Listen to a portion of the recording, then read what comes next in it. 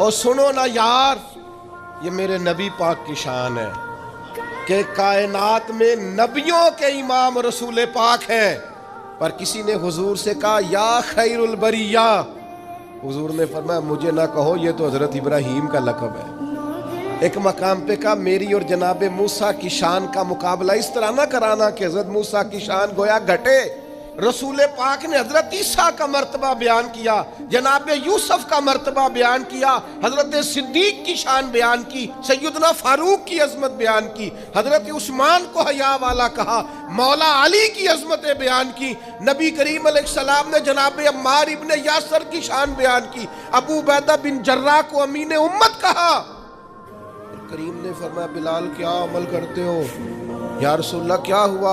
फरमाया मैंने तो मेराज की रात जन्नत में भी तुम्हारे चलने की आवाज़ सुनी है।